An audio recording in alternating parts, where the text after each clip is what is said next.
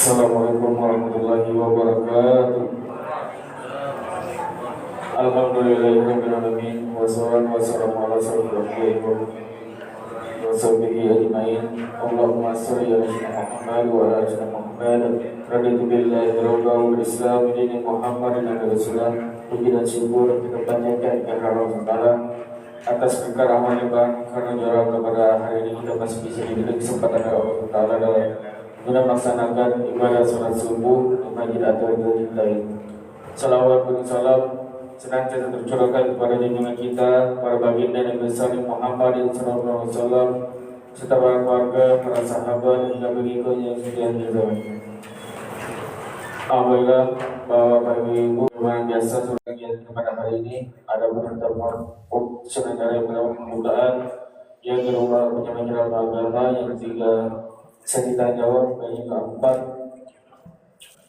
doa sekaligus penutup.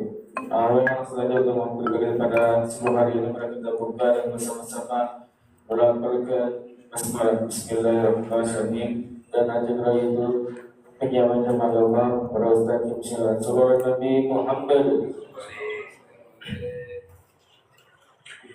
A'udzu billahi minasyaitonir rajim. Bismillahirrahmanirrahim. Assalamualaikum warahmatullahi wabarakatuh. Alhamdulillahi rabbil alamin.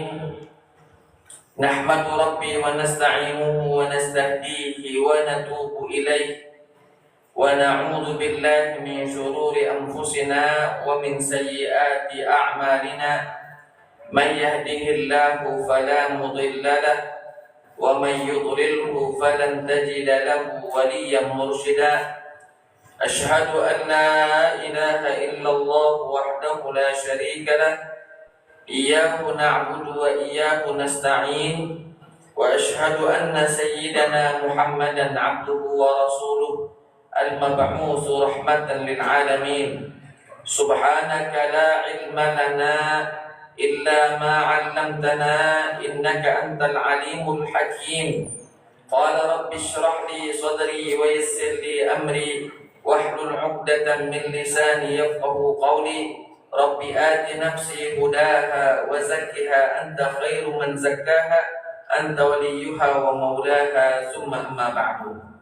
Ma'asyiral hadirin jamaah salat subuh Masjid At-Tahirin yang dimuliakan oleh Allah Subhanahu wa taala.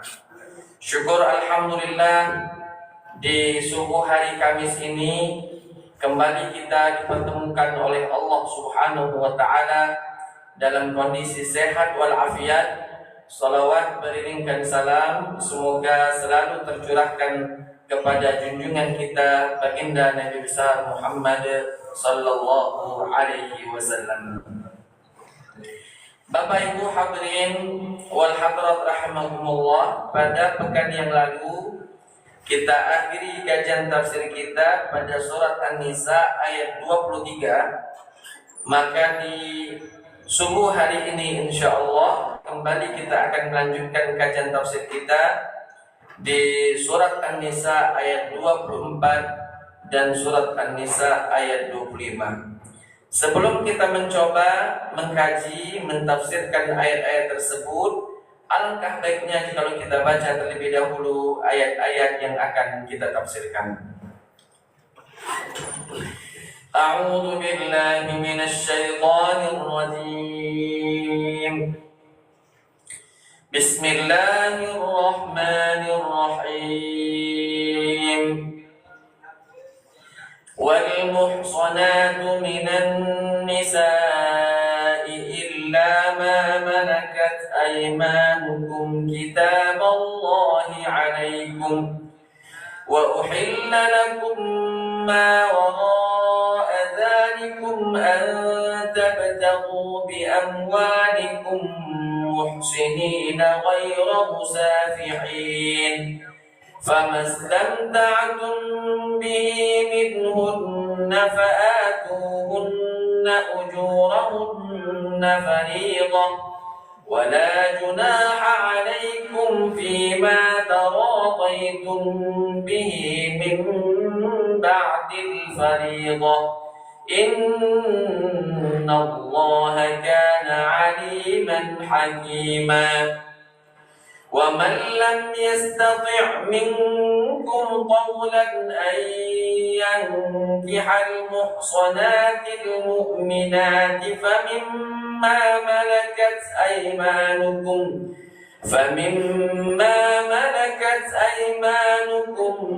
من فتياتكم المؤمنات والله أعلم بإيمانكم بعضكم من بعض فانكحوهن بإذن أهلهن وآتوهن أجورهن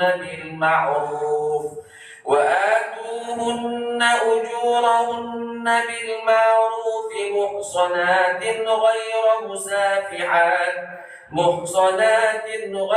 مسافحات ولا متخذات أخدان فإذا أحصن فإن أتين بفاحشة فعليهن نصف ما على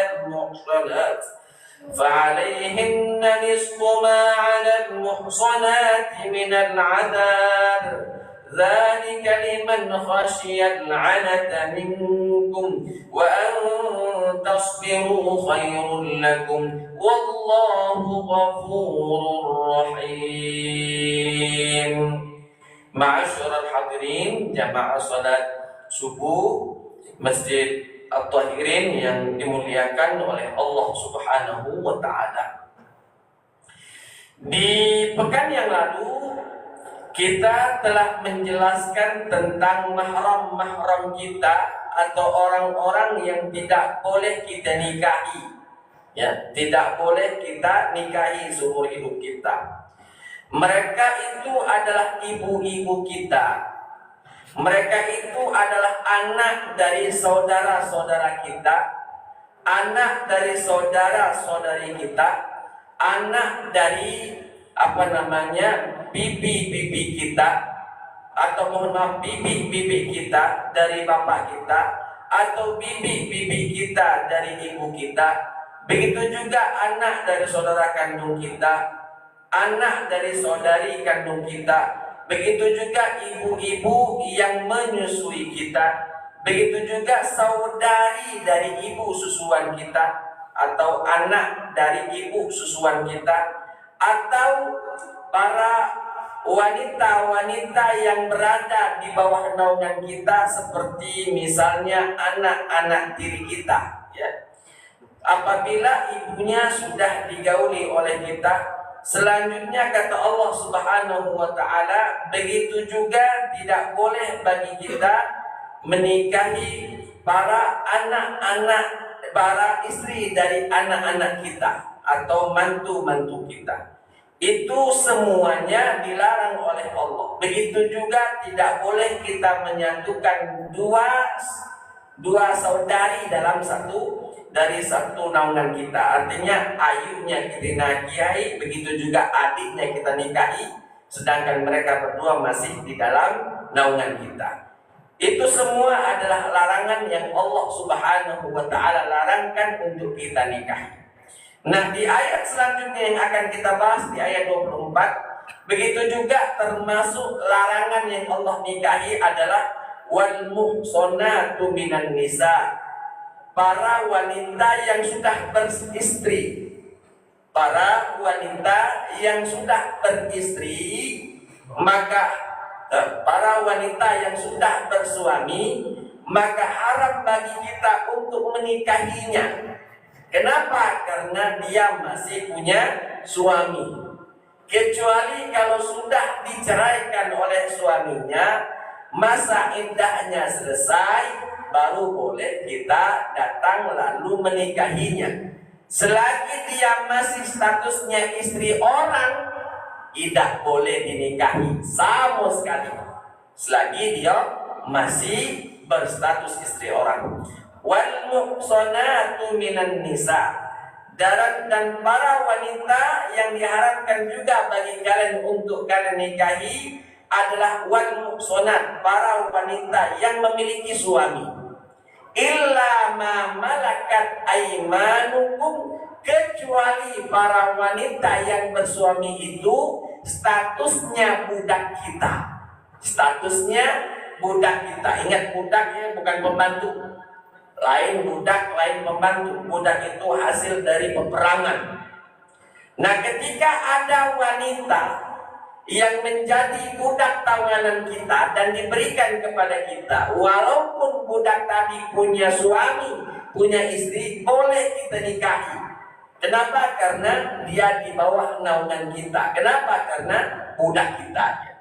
Maka kata Allah, wal muhsanatu minan nisa'i, para wanita yang memiliki suami haram bagi kita untuk menikahinya, illa ma malakat aimanukum, kecuali para hamba-hamba saya, budak-budak perempuan yang kita miliki yang statusnya adalah istri orang, itu boleh. Yang penting budak dia. Kitaballahi alaikum, itu adalah ketetapan yang Allah tetapkan, putusan yang Allah putuskan. Tidak boleh kita melanggar aturan yang telah diputuskan oleh Allah Subhanahu wa Ta'ala. Lalu kata Allah, wa uhilla lakum ma wara'a dzalikum, oleh sebab itu halal bagi kalian menikahi siapa-siapa saja yang tidak disebutkan di ayat-ayat tadi.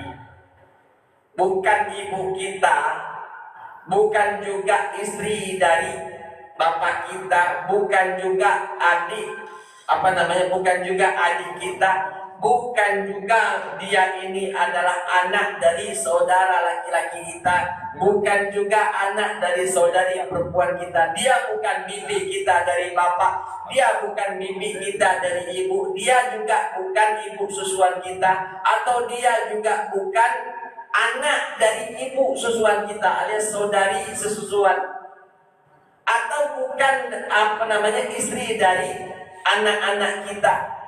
Nah, itu semuanya kata Allah Ta'ala, ketika bukan itu semuanya, maka halal bagi kita untuk dinikahi. Salah satunya yang halal itu sudah kita bahas di pekan yang lalu adalah sepupu. Misan boleh untuk dinikahi. Siapa itu misan? Misan itu bapaknya dengan bapak kita adik-beradik, emaknya dengan bapak kita adik-beradik, atau emaknya dengan emak kita adik-beradik. Itu sepupu kalau Pak namanya. Dan sepupu itu halal untuk dinikahi kalau memang galak. Tapi saran aku udah usahlah cadak ganti wong lain baik. Tapi halal kalau memang ingin dinikahi.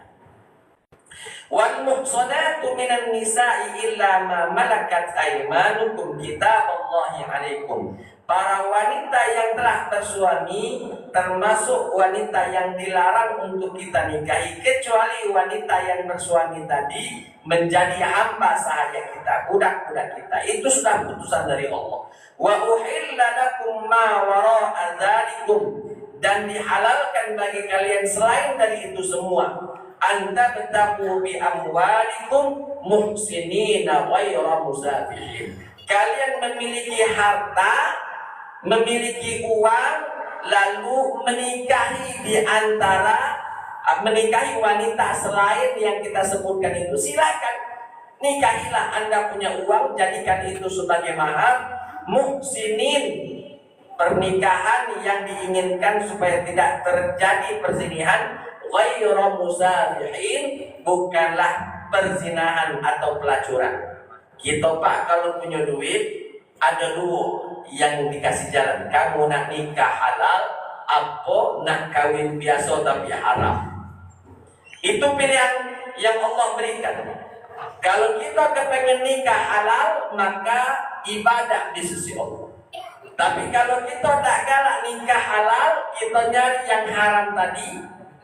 Kita cari misalnya, mohon maaf, para pelacur, uang-uang yang kita pakai untuk menjerat mereka dan lain sebagainya, maka ini jalan yang diharamkan oleh Allah Subhanahu wa ta'ala. Muhsinina ghairu musafihin.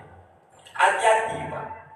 Wabil khusus kalau seorang laki-laki duit banyak, banyaknya mohon maaf perempuan yang mau dengan laki-laki tadi, walaupun perempuan tadi tahu kalau laki-laki ini telah beristri alias pelakor di luar sana tuh.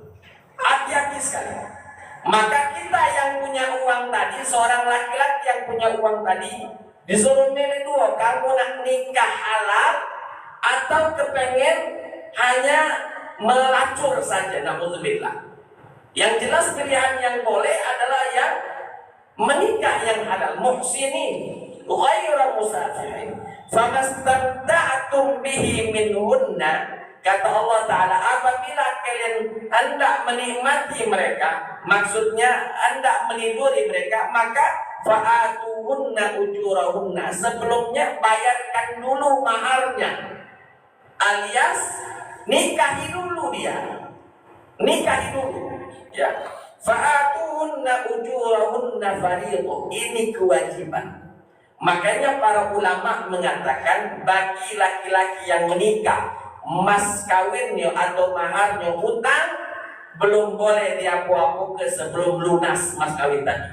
Kenapa? Fariidhah, diwajibkan hukumnya, dibayarkan dulu maharnya, baru kita bisa bersenang-senang dengan dirinya.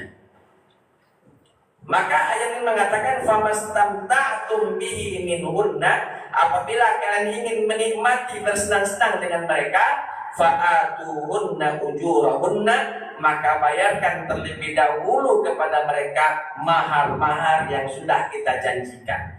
Bukan diberikan imbalan. Kalau diberikan imbalan berarti sama seperti pelacur Pak. Maksudnya di sini adalah diberikan maharnya. Karena mahar itu salah satu syarat sahnya pernikahan ya. Selain ada sepasang calon suami calon istri, ada wali yang akan menikahkan, lalu ada 2 orang saksi, dan ada maharnya serta menyebutkan sighahnya, menyebutkan akadnya, maka sahlah pernikahan tersebut. Tapi kalau sudah semuanya dilakukan kecuali satu, mahar tidak diberikan atau tidak disampaikan secara tunai, ini utang, maka tidak boleh. Sama seperti, mohon maaf Pak, alhamdulillah tradisi kita bagus. Apa tradisi kita bagus? Kalau kita sudah ijab kabul, saya terima nikahnya Fulanah binti Fulan dengan mas kawin 1 suku emas dibayar tunai. Kita tidak kemana-mana dulu dari tempat akad nikah sebelum betul-betul emas itu kita berikan, dipasang di jari perempuan. Berarti sudah sah. Jangan sampai kita ngomong saya terima nikahnya Fulanah binti Fulan dengan mas kawin yang tersebut dibayar tunai. Memang tunai dibayar, tapi akhir kapan ngonjoknya belum tahu, mungkin minggu depan. Tapi lado, cincin tadi lado, tapi masih di rumah. Ini berarti tidak tunai. Kalau tunai itu langsung dihadirkan, langsung diserahkan mas kawin tersebut, langsung diserahkan mas kawin tersebut. Nah, kalau sudah diserahkan mas kawinnya, maka sah, betul-betul sah, tidak ada lagi yang melarang kita ya. Maka ma'asyiral hadirin fa'atuhunna ujurahunna fariidhah wa la junaha 'alaikum fima taradaitum bihi min ba'dil fariidhah. Dan tidaklah berdosa bagi kalian apabila kalian sudah menyerahkan mahar tadi lalu saling ridho di antara mereka, saling ridho di antara suami istri yang pengantin baru tadi saling ridho, saling unjuk lagi tidak jadi masalah. Yang pentinglah sudah diterima mahar tadi. Contoh begini Pak, contoh begini. Sudah menikah, rupanya datang debt collector, nagih si lakinya yang baru pengantin baru. Kau kemarin atau minggu yang lalu berutang sama kami sekian juta dan janjinya hari ini kamu bayar. Ngapu tak dibayar-bayar?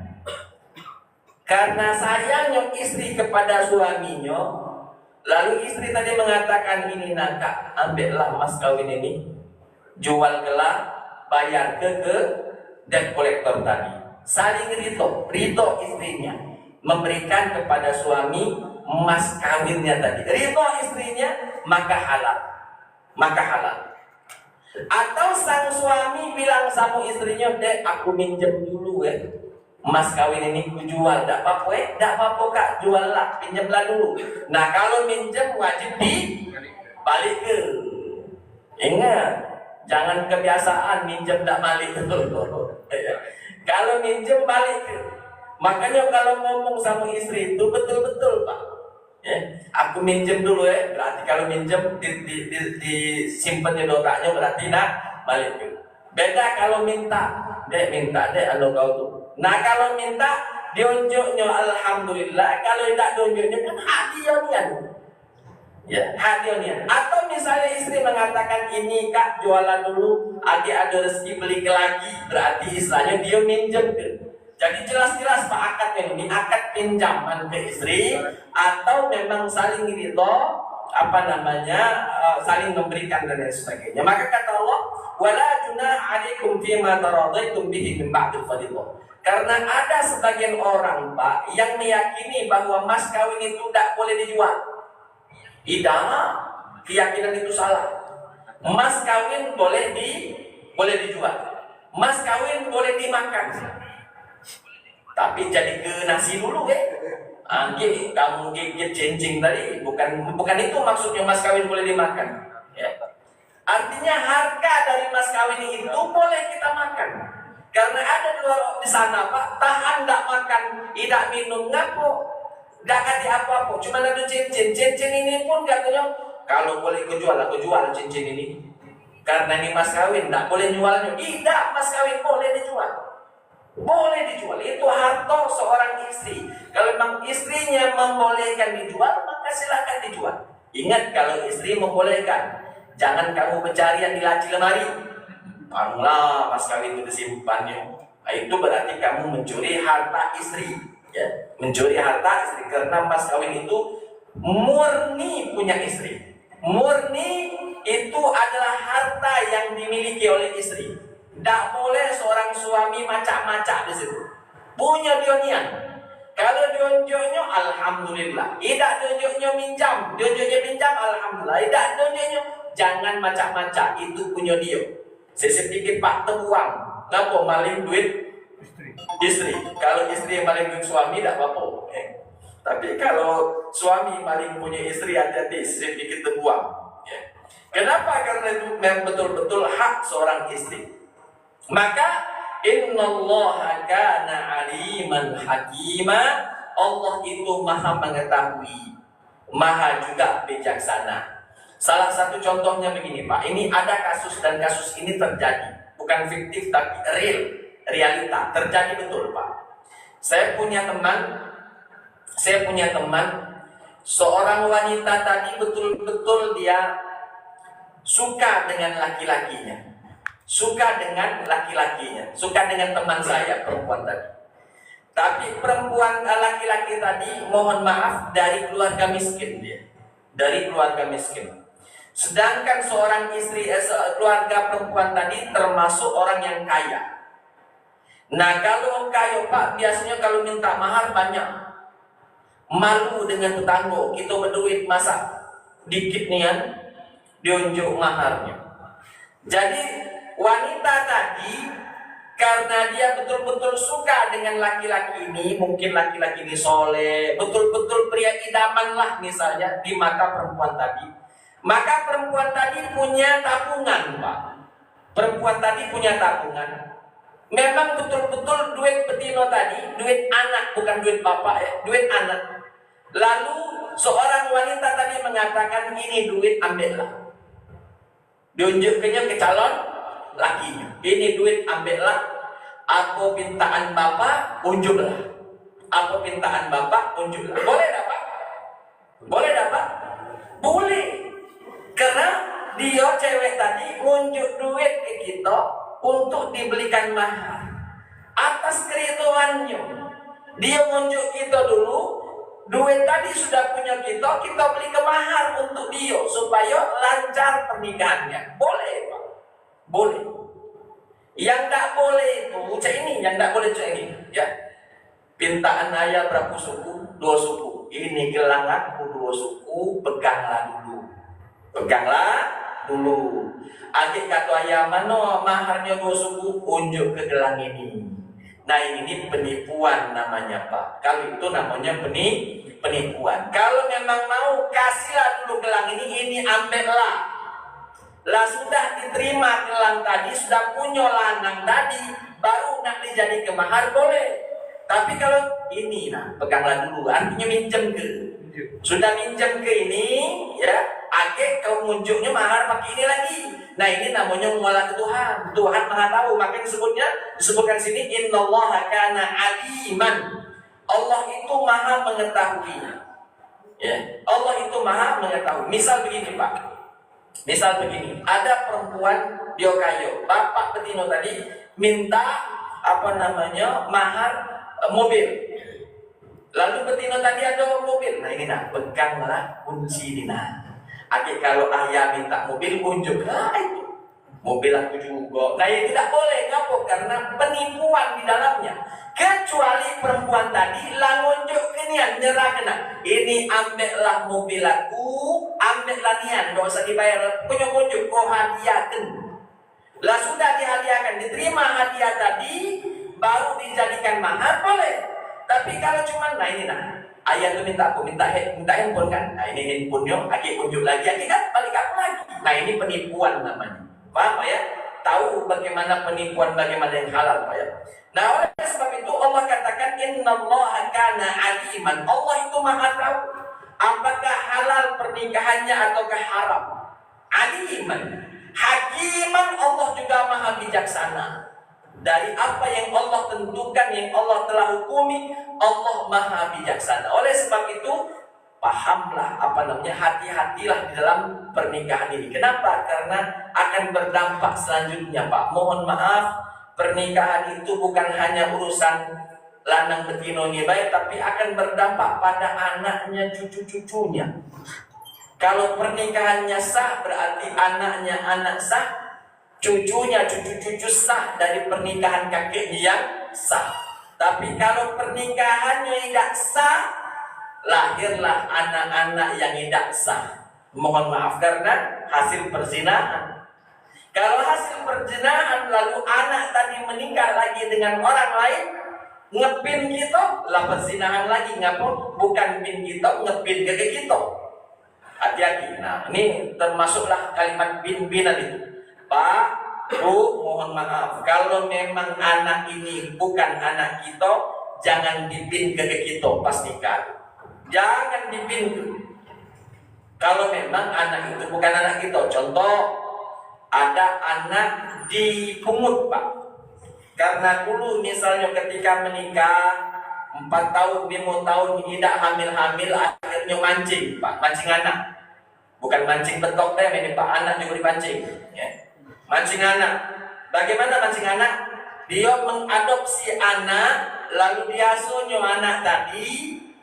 Biasanya kan nular, jadi hamil istrinya. Nah anak yang diadopsi itu misalnya cewek.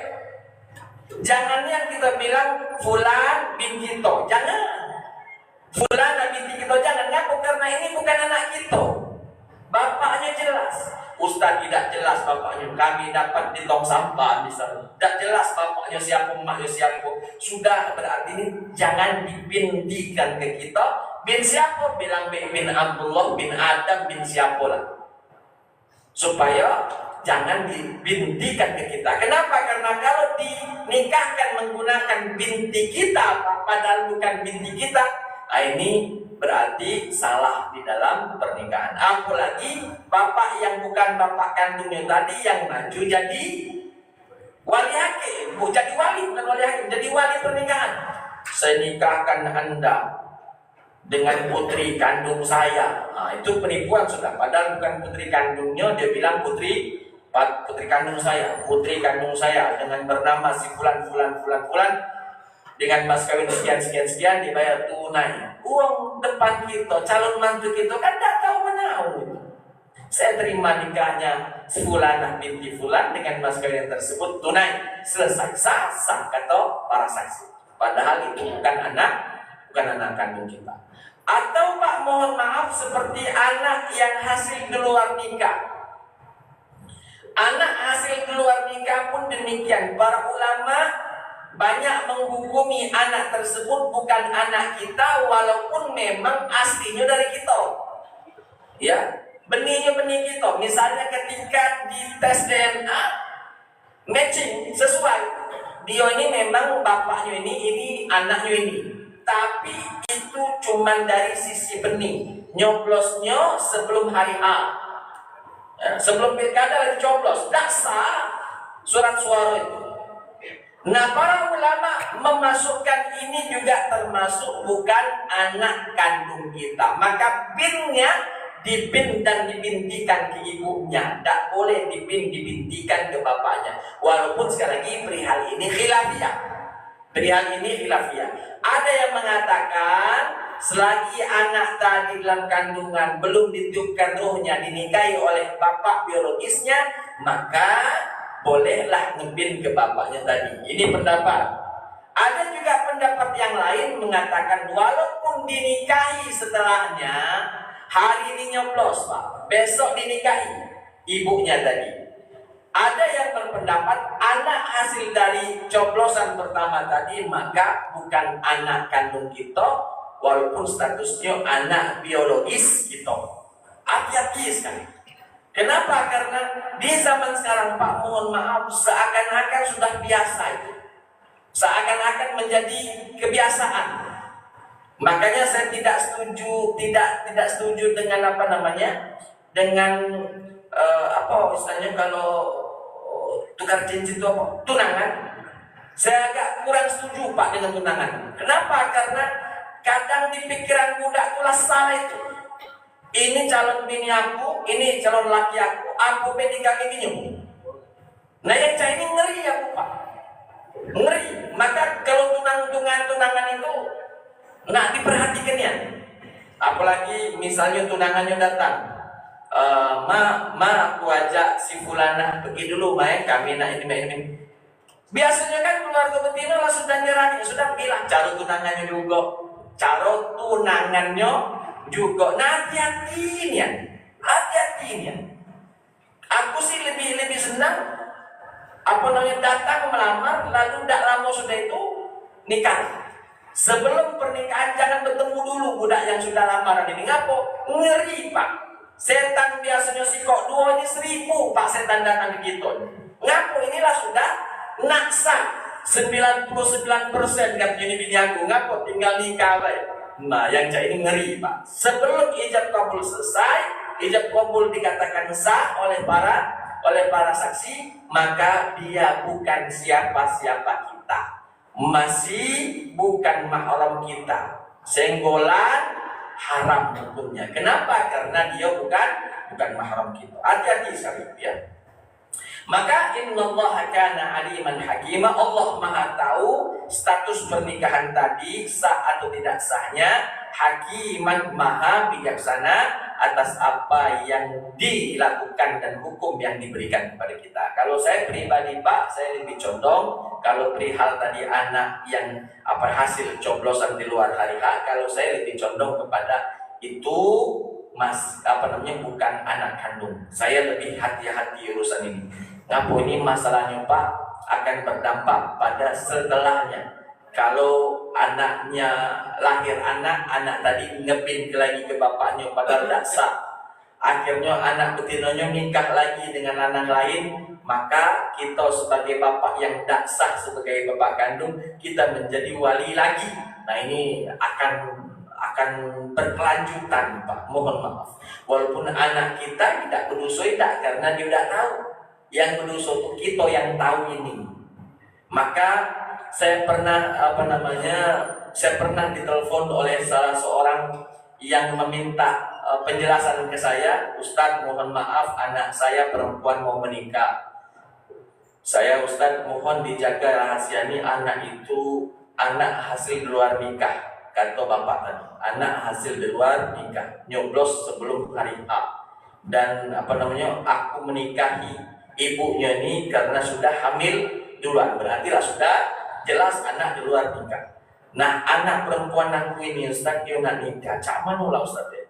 Aku nak menikahkannya, aku tahu itu bukan anak kandung aku. Tidak aku nikahkan, aku malu depan masyarakat, ketahuan kini. Tak ada nak biru wali hakim, padahal aku biasa. Kalau uang kan yang tidak biasa ngomong kan kadang tidak pacak. Maco aku terima saya nikahkan, akhirnya sudahlah ambillah wali hakim. Kau yang aku setuju misalnya. Ini bapak itu biasa ngomong dan sebagainya. Jadi tak kasih alasan untuk tidak menikahkan.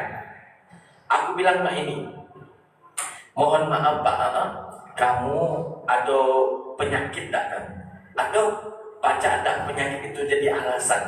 Misalnya 1 hari sebelum hari H kamu jatuh sakit, dibawalah ke rumah sakit, diopname ke rumah sakit, lalu biarlah anak tadi menikah dan berikan walinya kepada wali hakim, supaya tidak kita yang nunjuk walinya itu Pak. Katanya boleh Pak itu sakit, boleh, jangan deh kamu yang jadi wali hakim. Lebih baik kamu menipu 1-2 orang kamu tidak sakit menganggap sakit, dibandingkan kamu menipu segala-gala uang. Mana lah ya? Atau mana? Sudah dekatnya Mak itu baik. Akhirnya Pak dia ikuti saran saya. 1 hari sebelum hari H, cuman tadi istrinya sudah tunjuk tahu kalau ini adalah tipu-tipuan saja supaya tidak laju panik galau-galau. Paling anak itulah yang tidak tahu kalau ini hanyalah permainan saja. Ibunya lah tahu, keluarganya yang lain juga lah tahu. Akhirnya terkabar si bulan sakit, sudah anaknya tak kado, nak nikah di rumah sakit kan tak lemak, sudahlah. Kata ayahnya sudahlah nak sama wali hakim baik, sudah diterima oleh anak tadi. Nah, tak tahu aku sampai sekarang nggak tahu belum anak itu udah. Wallahu a'lam bishawab. Yang jelas Mak itu. Yang penting satu pernikahan, walaupun harus menanggung malu. Ya Allah ya Rabbi, asli Pak malunya, asli malunya. Bujang-bujang hati-hati ya. Hati-hati. Kalau memang sudah berat belakang, nikahlah. Ustaz dah kata modal 100.000 bisa dilang. Saya terima nikahnya tak kata galak. Kesian kalau ada kata galak 100.000. Bapak Ibu hadirin wal hadirat rahimakumullah. Masuk pada ayat selanjutnya. Baca ayat cukup sekali ayat lagi. Wa man lam yastati' minkum tawlan ay yankihal muhsanatil mu'minat. Nah ini kata Allah, yang miskin tak kasih duit untuk beli mahar banyak. Kata Allah Ta'ala, faman lam yastati' minkum tawlan ay yankihal muhsanat, tidak mampu dia menikahi wanita yang merdeka. Karena wanita merdeka itu Pak lebih mahal maharnya dibandingkan para hamba sahaya.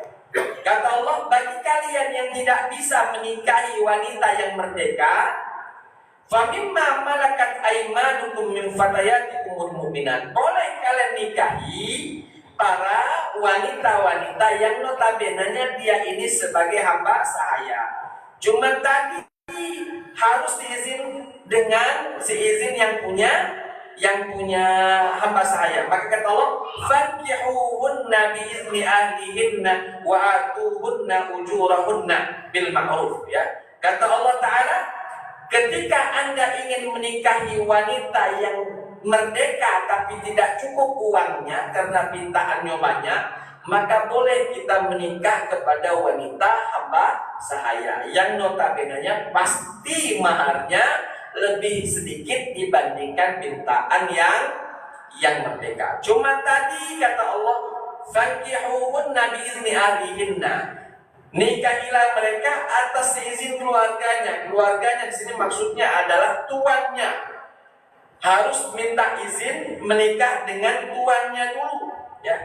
Kalau sudah diberikan oleh tuannya izin untuk dinikahi wanita budaknya tadi, maka silakan Anda menikahinya. Fa in uhsinna fa in atayna bi fahishatin, kata Allah Ta'ala, muhsanatin ghairu musafihat. Para wanita yang baik-baik, mukmin, para wanita yang beriman, nah nikahilah tapi atas izin yang punya budak, yang punya hamba sahaya. Kata Allah Ta'ala, dan hamba sahaya ini kata Allah Ta'ala, fa'in atayna bifahishatin, apabila hamba sahaya melakukan perbuatan keji atau melakukan perzinahan, maka Allah Ta'ala mengatakan fanisfu ma 'alal muhsanati minal 'adzab, maka azab yang diterima pun hanya setengah, karena dia wanita yang bukan merdeka. Jadi para hamba sahaya ketika melakukan perbuatan dosa, maka sanksinya setengah dari orang yang merdeka. Kalau orang yang merdeka melakukan perzinahan, sah menurut hukum dia berzina, maka dicambuk 100 kali cambukan. Maka perempuan yang notabene dia ini adalah hamba sahaya, misalnya melakukan perzinahan, maka dia dicambuk setengah dari 100 tadi, berarti hanya 50. Artinya apa?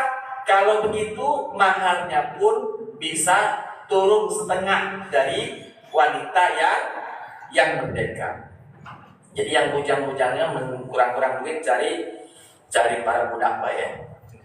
Kalau ada. Ma'asyiral hadirin, muhsanatin ghairu musafihatin wa la muttakhidati akhdan. Fa in uhsinna fa in atayna bi fahishatin fa 'alayhinna nisfu ma 'ala al-muhsanati bil 'adab.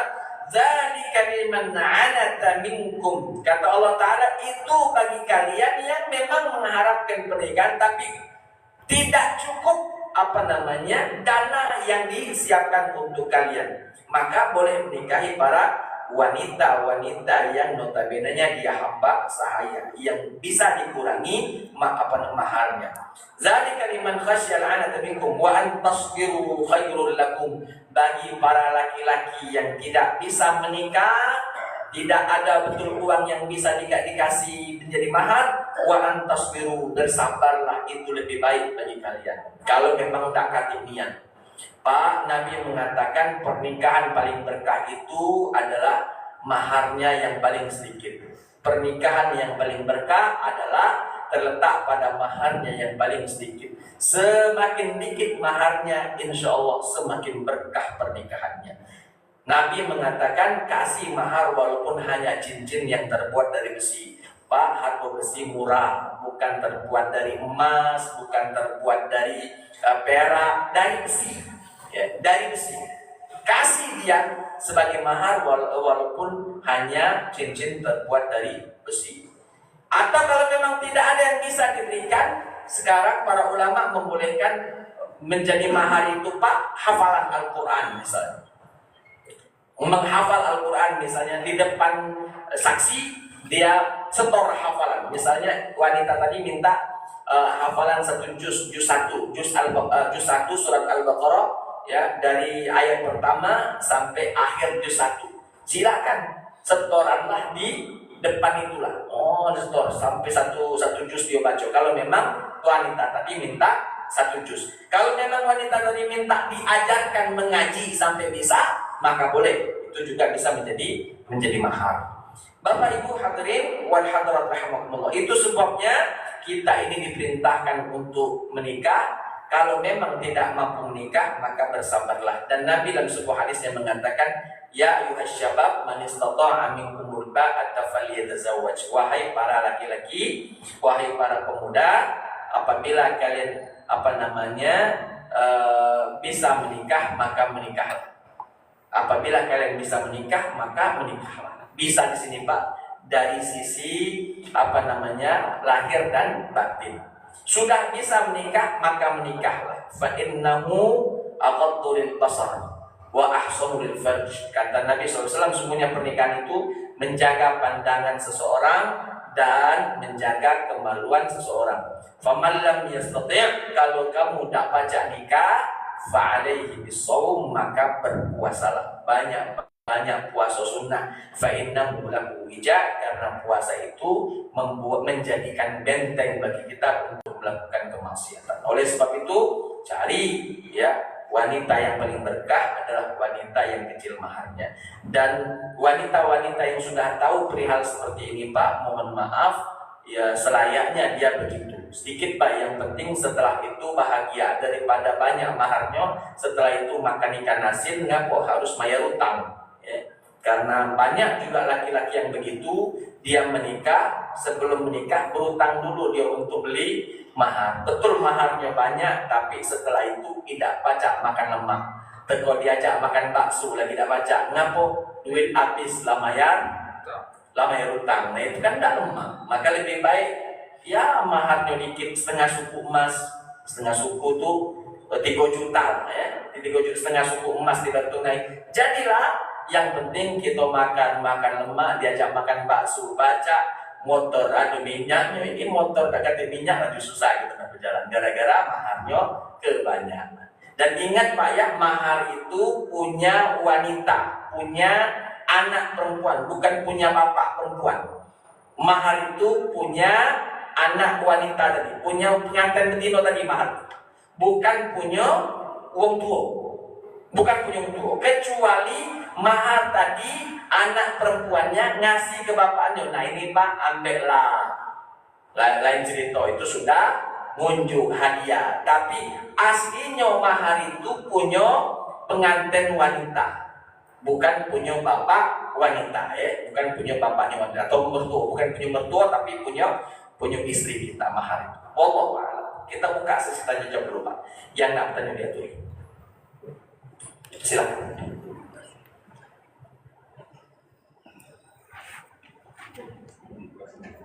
Assalamualaikum warahmatullahi wabarakatuh. Waalaikumsalam. Kita kan kalau nikah saksinya cowok tuh wali umurnya. Kalau ini betinanya dekati wali Pak. Baik, begini. Yang harus harus datang wali itu hanya wali maksud di sini bapak dari pengantin perempuan. Bapak dari pengantin perempuan ini salah satu syarat sahnya pernikahan, harus ada bapak dari perempuan tadi. Ya, jadi wali nikah.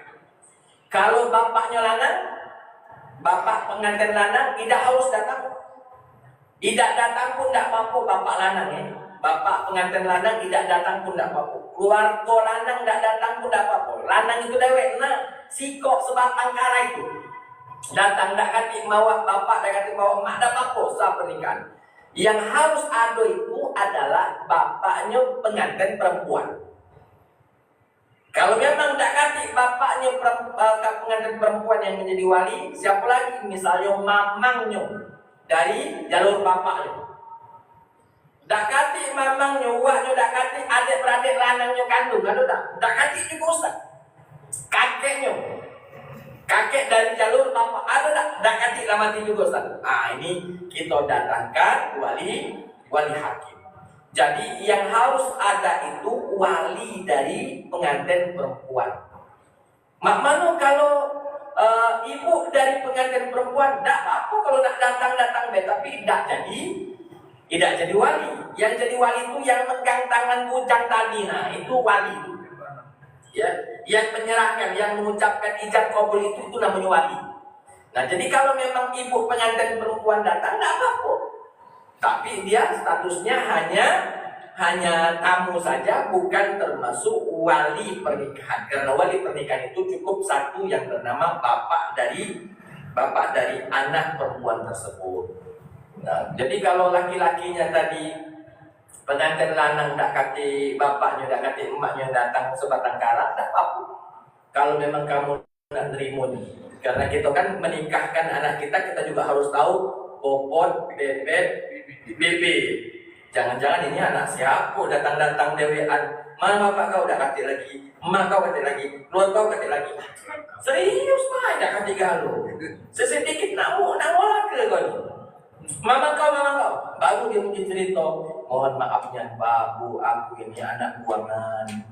Aku misalnya dibuang oleh bapak mama aku, dimasukkan aku ke dalam tong sampah, diambil oleh ini, dimasukkan ke Kementerian Sosial lagi mawa aku ke panti asuhan, aku besar ke panti asuhan. Oh baru kita, sudah kalau itu tahu ceritanya, ini tahu bapak kau tak kati, emak kau kati, keluar, kau nak ngolah aku, namun kecuali yang menjadi cerita itu baru masuk di akal. Jadi kalau bapak laki-laki dengan ibu laki-laki tidak datang, tidak masalah, masih sah juga pernikahannya. Yang penting dia ijab kabul dengan wali perempuan tadi, dengan wali atau bapak dari perempuan yang calon istrinya. Wallahu a'lam. Yang lain?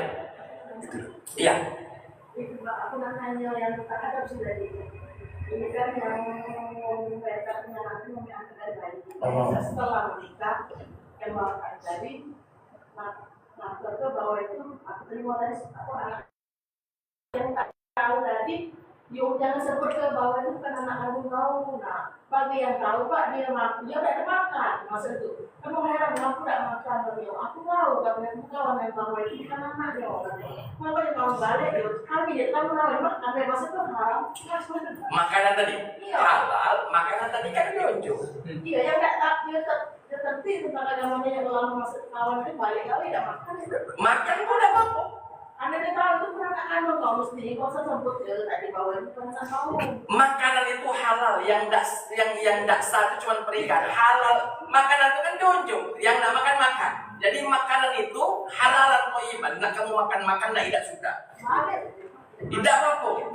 Yang tidak kalau makan sudah, karena dia tahu ini misalnya anak bukan anak kandung, tapi kita yang makan pun halal, atau bahkan yang tahu itu bukan anak kandung tetap makan halal. Makanan itu halal, tidak menjadi penyebab makanan itu menjadi haram. Yang tidak sah itu cuma pernikahannya saja. Hati-hati sekali, itu tidak sah betul pernikahannya kalau bukan anaknya dia menjadi walinya. Ya, dia menjadi walinya. Perizinan itu. Bagi bapak itu yang tanggung jawab zinanya. Anaknya tadi kan tidak tahu. Anak tadi tidak tahu. La yukallifullahu nafsan illa wus'aha. Kalau anaknya tidak tahu, tinggal bapaknya tadi tega tak jenguk anaknya berzina tiap hari. Tega tak anak bapak tadi jenguk cucunya yang mohon maaf bukan anak kandung dari bapaknya tadi. Kenapa? Karena hasil perzinahan semua jadi. Na'udzubillah summa na'udzubillah. Kalau memang bukan anak kandung kita mengadopsi anak tadi, Pak, Bu, dia berhak untuk mengetahui statusnya. Cuman kita cari waktu kira-kira kapan lah bagusnya untuk tahu budak ini kalau ini bukan anak kandungan. Kenapa, Pak? Mohon maaf, kalau sudah gadis, ini khususnya betina. Kalau sudah gadis anak yang diambilnya tadi, kan cara anak gadis kadang manja ke bapaknya. Bapaknya dipeluk-peluknya, dicium-ciumnya. Padahal bapaknya tahu ini bukan anak kandung aku. Anaknya tidak tahu kalau ini bukan bapak aku. Kita wudhu, batal wudhu kita. Kenapa? Karena bersentuhan bukan mahram kita. Jadi kasih tahu. Cuman tadi cari tahu kapan kira-kira pacak nunjuk. Tahu supaya anak ini tidak terlalu shock ya. Ketika nak pernikahan, misalnya 3 hari, 4 hari sebelum pernikahan, datangilah. Budak itu panggil, siapa kira-kira yang didengar keomongannya oleh anak tadi panggil, ya kita sampaikan betul cerita aslinya bahwa kau ini dulu aku adopsi nak. kau dibuang ke kotak sampah, lalu dimasukkan ke dalam ke panti asuhan. Datang tuh kami ngambil kamu ke panti asuhan, umur kau dulu masih kecil, belum sampai setahun kan. Jadi kalau ini misalnya aku jadi anak, aku terima kasih dan sama bapak mama ini aku lah sudah terima aku adanya walaupun aku bukan mama dan bapak kandungnya. Kalau aku misalnya jadi anak itu, aku terima kasih karena sudah diasuhnya, walaupun bukan anak kandungnya. Tapi aduh anak main ini pak, berontak.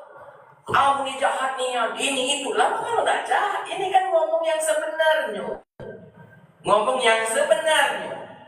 Makanya walaupun harus sakit, pahit rasanya, qulil haqqo, katakanlah kebenaran itu karena dampaknya akan banyak sekali kalau sang anak tadi tetap ditutupi statusnya kalau ini bukan anak kandung kita. Kenapa? Kalau nanti meninggal kita pak, dia ini berutuhan kalau tidak tunjuk warisan. Kamu sendak, aku mana jatahku? Karena kita lah mati kalau kata anak kita, kau bukan ayu aku nian. Akhirnya pembalanian berkapa-kapaan, kau lah tega menganggap aku bukan ayu kau padahal memang bukan ayu kandung. Jadi banyak berdampaknya banyak. Jadi sampaikanlah kebenaran itu walaupun harus terasa pahit. Paling seminggu pak pahit nih.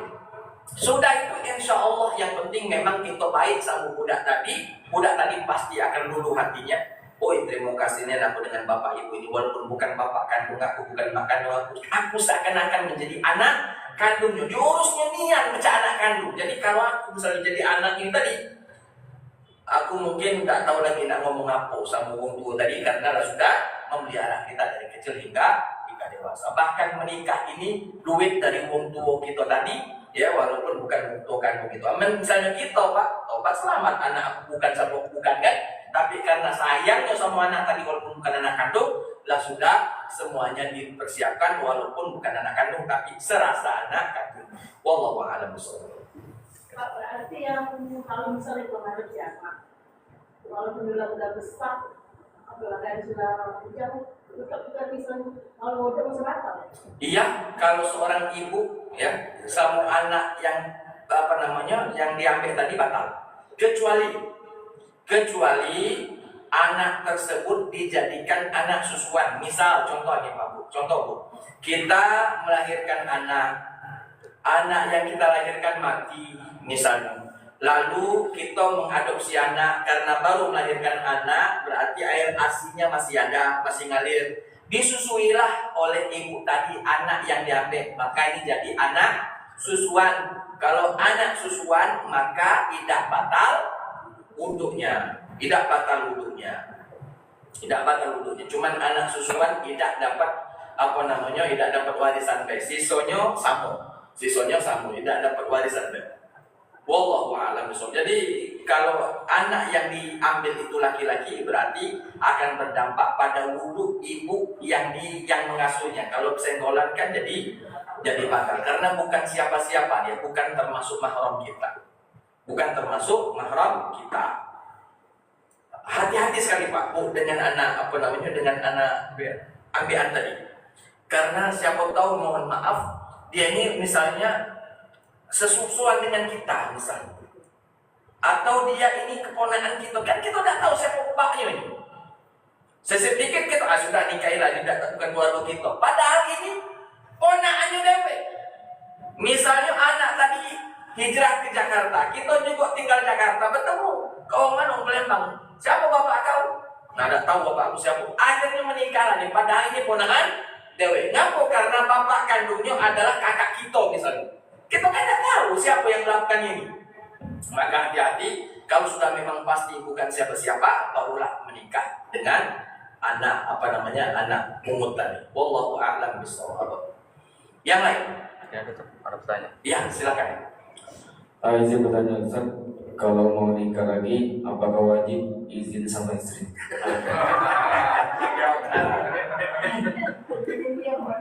Ini caknya Pak Muji yang kirim ke Anda. Kalau mau menikah lagi, apa wajib hukumnya meminta izin kepada istri? Jawabannya tidak. Jawabannya tidak ada kewajiban meminta izin kepada istri pertama. Hanya saja untuk kemaslahatan bersama, alangkah bagusnya kalau izin terlebih dahulu. Tapi tidak izin pun tidak jadi masalah. Cuman untuk kemaslahatan. Apa maksud saya kemaslahatan? Pak, kalau kita menikah tanpa izin dari istri pertama, ini kejar-kejaran gitu Pak. Gak tenang. Kita nikah itu sakinah mawaddah warahmah, itu yang kita inginkan. Tapi kalau menikah tidak minta izin terlebih dahulu, maka kita nak nginep di rumah istri muda tadi, bini kita nelpon terus, di mana Kak? Kalau dia tahu kita punya bini lagi, sudahlah sama bini mudanya. Tapi kalau jangan diteleponnya terus, kita ini bisa jadi wanita yang kita nikahi kita zalim karena tidak menginap di rumahnya. Atau misalnya kita nginap situ, istri kita terzolimi karena dia merasa suami aku tidak kadi betina lain, tidak kadi bini lain. Jadi walaupun memang tidak jadi keharusan, tidak jadi syarat sahnya pernikahan kedua dengan meminta izin dengan istri, ini hukum Islam ya. Kalau hukum hukum perdananya itu harus izin, apalagi PNS ya, harus izin. Tapi kalau misalnya hukum agamanya tidak ada kewajiban untuk izin kepada istri bahwa kita menikah lagi, hanya saja untuk mendapatkan kehidupan sakinah mawaddah warahmah lebih baik izin, lebih baik ngasih tahu. Izin aku minta maaf Pak. Bapak lebih milih minta maaf daripada izin. Kalau izin salah untuk izin. Kalau minta maaf tuh berarti lah sudah. Dan minta maaf deh, aku minggu kemarin nikah lagi. Lebih baik minta maaf ke Bapak daripada minta izin. Wallahu a'lam. Jadi pertanyaannya, jawabannya adalah tidak ada keharusan izin, cuman untuk mendapatkan sakinah mawaddah warahmah. Menurut saya izin lebih lebih dikedepankan walaupun tidak menjadi syarat sahnya pernikahan. Yang kedua, wallahu a'lam bishawab. Jadilah satu lagi terakhir. Jadi untuk status anak keluar nikah plus dengan anak adopsi itu ada beda. Saat menikah kan tidak boleh atau tidak boleh memakai PIN kita. Baik, anak nyoblos di luar nikah dengan anak pungut itu statusnya mirip-mirip Pak, hampir sama, 11-12. Hanya saja kalau anak pungut tadi jelas bukan anak kita, jelas sekali bukan anak kita. Tapi kalau anak nyoblos di luar nikah, para ulama kan tadi di awal sudah saya sampaikan khilafiyah. Ada yang mengatakan boleh dinisbatkan, dinasabkan ke bapaknya, ada juga yang mengatakan tidak boleh dinasabkan kepada bapaknya. Nah, anak yang tadi yang nyoblos di luar nikah, khilafiyah antara ulama, ada yang membolehkan, ada yang tidak membolehkan. Tapi kalau anak pungut betul-betul bukan anak kita. Jadi hanya itu saja perbedaannya. Kalau anak pungut memang bukan anak kitonian, ya, tapi kalau anak hasil keluar coblos di hari H, ya, maka anak ini khilafiyah antara ulama, ada yang mengatakan anak ini boleh dinisbatkan, disasabkan ke bapaknya, wabil khusus apabila kandungannya tadi masih muda, belum ditiupkan ruh di dalam kandungannya. Ulama mengatakan, sebagian ulama mengatakan boleh dinisbatkan ke bapaknya. Tapi ada juga ulama yang mengatakan walaupun belum ditiupkan ruh, yang penting dia nyoblos di luar nikah, maka ini bukan anak kandungnya, walaupun anak biologisnya, maka bintinya balik ke emaknya. Hanya itu saja perbedaan, sisanya sama saja. Wallahu a'lam bishawab. Saya kira itu saja dulu Bapak Ibu yang bisa sampaikan pada kesempatan kali ini. Mudah-mudahan ada manfaatnya bagi kita semuanya. Sejenak mari kita mengangkat tangan bermunajat kepada Allah Ta'ala. Mudah-mudahan apa yang kita niatkan Allah Subhanahu wa taala berkenan untuk mengijabah semua doa-doa kita. A'udzu billahi minasyaitonir rajim. Bismillahirrahmanirrahim. Alhamdulillahirabbil alamin wassalatu wassalamu ala asyrofil anbiya'i wal mursalin sayyidina wa maulana Muhammad wa ala alihi washabbihi ajma'in. اللهم اغفر لنا ذنوبنا ولوالدينا وارحمهم كما ربونا صغارا. اللهم تقبل منا صلاتنا وصيامنا وقيامنا وركوعنا وسجودنا وتخشعنا وتعبدنا وقراءتنا وتمم تبصيرنا يا الله يا الله يا ربنا يا رب العالمين. ربنا اللهم انك عفو كريم تحب العفو فاعف عنا. اللهم انا نسالك رضاك والجنه ونعوذ بك من سخطك والنار. اللهم يا ربنا اللهم اجعل جمعنا هذا جمعا مرحوما وتفرقنا من بعده تفرقا معصوما ولا تجعل فينا ولا منا شقيا ولا محروما. ربنا آتنا في الدنيا حسنة وفي الآخرة حسنة وقنا عذاب النار. وصلى الله على خير خلقه محمد وعلى آله وصحبه أجمعين. سبحان ربك رب العزة عما يصفون وسلام على المرسلين والحمد لله رب العالمين. Itu saja mungkin yang bisa saya sampaikan pada kesempatan kali ini. Mudah-mudahan ada manfaatnya bagi kita semuanya. Terima kasih atas segala perhatian. Mohon maaf atas segala kurangan. Subhanallah wa bihamdika asyhadu an la ilaha illa anta astaghfiruka wa atubu ilaik. Assalamualaikum warahmatullahi wabarakatuh. Alhamdulillah, begitulah tadi kita pada